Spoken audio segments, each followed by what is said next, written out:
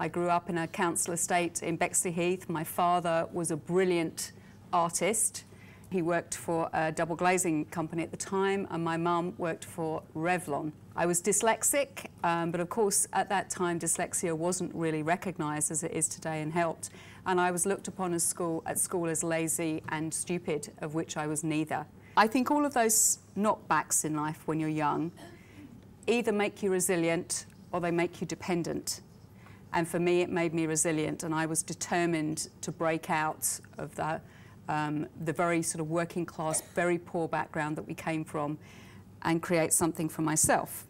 I had a different way of communicating than everybody else did, and mine was this sense of smell, this unbelievable sense of smell. I could tell what paint my dad was using when he was painting his paintings. I could tell what face mask was being made. So it was this unbelievable new language for me, the sense of smell. I had taught myself how to make face creams, how to do facial treatments, and I would go from house to house doing people's faces. I would give them a tiny little bottle of bath oil to say, thank you for, I can pay my rent at the end of the week.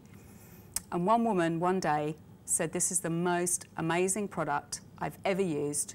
Can I buy some? She wanted 100 bottles.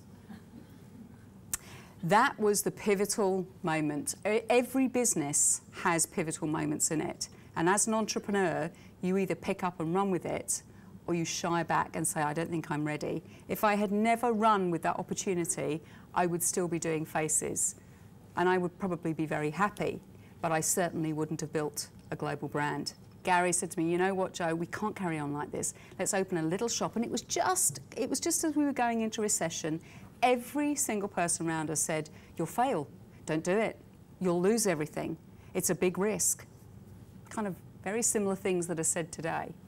We didn't listen to them. For 5 years, we saw growth in that little business and that little shop that was unreal. Our figures would just do that. It wasn't looking from January to January. We were looking from day to day and said, yesterday we made X. We've doubled it today. 1999, I sold my business.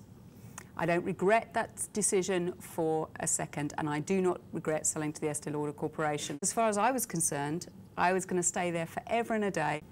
Often in life, when things are going just perfectly, something comes along, doesn't it? That curved ball that comes out, you didn't even see it coming, and it comes and it feels like it destroys everything. And that's what happened to me at that moment. I'd found a lump in my breast when I was in New York. I was 37 years old, had a 2-year-old little boy, had the world in my hand. And for a year, I lived in New York City and I fought cancer, and it was tough. And every day I would get up and say to myself, but I'm jolly well going to come back.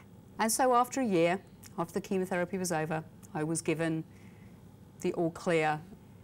I made the decision that I was going to step down. I felt it was the right thing for the business. I was frightened the business would suffer if I tried to stay on and hold it together. And I felt it was the right decision for me as a mum. And so I exited the company in 2006. That very first morning I got up from quitting, I knew I'd made the wrong decision for me as a creative being. Not as a mum or a business person for the business, but as a creative person, all I could think about was fragrance. That's all I knew how to do. Rightly so, I had what was called a 5-year lockout, which prevented me from trading in any cosmetic product for 5 years. But it was the toughest 5 years of my life. I sat on boards, I tried to help other people and their businesses. Hopeless, hopeless, because I'm such a control freak. I wanted to do it all my way. So, back I went. 2013, back round our kitchen table. There were 4 of us round a little wooden kitchen table with our computers, and we set to work building a brand. And I made every single mistake in the book. You'd think I'd know better, but every single mistake, I got it wrong. I got the name wrong, I got the packaging wrong, I got every conceivable thing I questioned myself until I started to create fragrance again. And then suddenly, that inspirational heartbeat and passion started to motivate me as the entrepreneur that I know I am now. It's been an amazing journey, building another brand, building another business. It's just climbed unbelievably vertically. I'm often asked, what is the secret of your success? And there is no secret to success but hard work and determination and not quitting.